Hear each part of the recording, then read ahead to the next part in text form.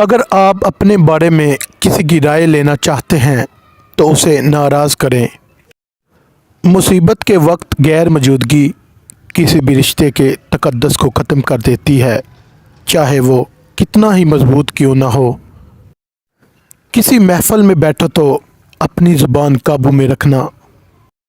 جو بات دشمن سے پوشیدہ رکھنا چاہتے ہو وہ بات اپنے دوست سے بھی پوشیدہ رکھو، ہو سکتا ہے کہ کب وہ تمہارا دشمن بن جائے۔ نافہم عورتوں پر کبھی بھروسہ مت کرو۔ اگر کوئی کام کسی کے سپرد کرنا ہو تو عقل مند کے سپرد کرنا، اگر عقل مند میسر نہ ہو تو اسے خود سرانجام دو۔ بیوقوفوں سے دوستی مت کرنا، کیونکہ یہ مشکل وقت میں تمہاری مشکلات میں اور اضافہ کر دیں گے۔ میں نے لوہا اور پتھر سب اٹھائے مگر قرض سے زیادہ بوجھل چیز کوئی نہیں اٹھائی، لیے اپنی زندگی میں جتنا ہو سکے قرض سے بچنا۔ میں نے عقل بیوقوفوں سے سیکھی ہے، جن کاموں سے وہ نقصان اٹھاتے تھے ان سے پرہیز کرتا تھا۔ غصے کی حالت میں ہمیشہ سچ بولا جاتا ہے۔ آپ کو آپ سے بہتر کوئی نہیں سمجھ سکتا، لیکن کوئی اس کی کوشش کرتا ہے تو یقیناً وہ آپ سے محبت کرتا ہے۔ عبادت کے وقت اپنے دل کو قابو میں رکھنا، جب دسترخواں پر بیٹھو تو اپنے پیٹ کو قابو میں رکھنا، کسی کے گھر جاؤ تو اپنی آنکھوں کو قابو میں رکھنا۔ حکیم لقمان سے پوچھا گیا کہ سب سے بڑا عالم کون ہے؟ جواب دیا، جو دوسروں کے علم کے ذریعے اپنے علم میں اضافہ کرتا ہے۔ اکثر لوگوں کے جب مقصد ختم ہو جاتے ہیں تو ان کا ضمیر جاگ جاتا ہے، جب تک مفاد رہتا ہے ضمیر بھی سویا رہتا ہے۔ ہم وہ سارے کام پہلے کر لینا چاہتے ہیں جو ہمارے نفس کو پسند ہیں، اور وہ سارے کام زندگی کے آخری حصے کے لیے چھوڑ دیتے ہیں جو اللہ کو پسند ہیں۔ حکیم لقمان کی اپنی بیٹی کو 10 اہم نصیحتیں۔ اگر تم چاہتی ہو کہ تمہاری اولاد نیک ہو تو خاوند سے ہمیشہ رزق حلال کا تقاضا کرنا۔ اگر تم خاوند کے گھر میں خوش رہنا چاہتی ہو تو غیروں کی باتوں پر دھیان نہ دینا۔ عورت کے ہمدرد صرف 4 ہیں: باپ، بھائی، خاوند اور بیٹا۔ باقی کسی سے ہمدردی کی امید عورت کے لیے خطرناک ہے۔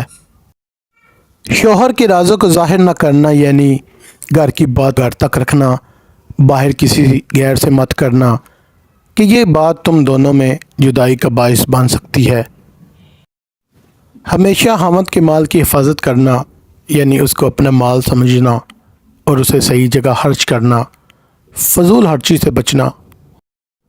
کوشش کرنا کہ تجھ سے خاوند کی مرضی کے خلاف کوئی بات سرزد نہ ہو۔ اگر غلطی سے ہو بھی جائے تو غلطی کی تلافی کی بھرپور کوشش کرنا۔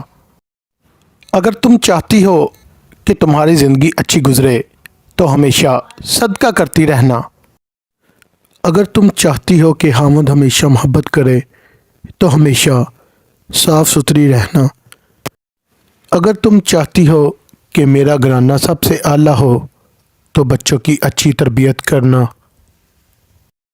دولت تقسیم کی جائے تو کم ہوتی ہے، علم بانٹا جائے تو بڑھ جاتا ہے۔ حکمت اور دانائی مفلس کو بادشاہ بنا دیتی ہے۔ وقت کی اگر قیمت ہے تو وہ اس کا صحیح استعمال ہے۔ ہر قسم اور ہر طبقہ کے لیے لوگوں کو پہچانو اور ان کے ساتھ مناسب برتاؤ کرو۔ ہر شخص کو اس کے ہنر اور جوہر کے مطابق جگہ دینی چاہیے۔ کل کی سوچ کو غلط سمجھ کر انسان آج کی سوچ پر ناز کرتا ہے، آنے والے کل میں یہ سوچ بھی غلط ہو سکتی ہے۔ خلوص جاہل کو عالم میں بدل دیتا ہے اور خود غرضی بڑے سے بڑے عالم کو جاہل کر دیتی ہے۔ سست اور کاہل آدمی سے دور رہنا بہتر ہے۔ تمہارا غصہ تمہارے دشمن سے بھی بڑا دشمن ہے۔ احمق شخص کے لیے نصیحت کا سننا اتنا ہی مشکل ہے جتنا بوڑھے شخص کے لیے پہاڑ کی چڑھائی چڑھنا۔ جانور جب بھوکا ہو یا خطرے میں ہو تو انتہائی خطرناک ہوتا ہے، جبکہ انسان جب پیٹ بڑا اور طاقتور ہو تو انتہائی خطرناک ہوتا ہے۔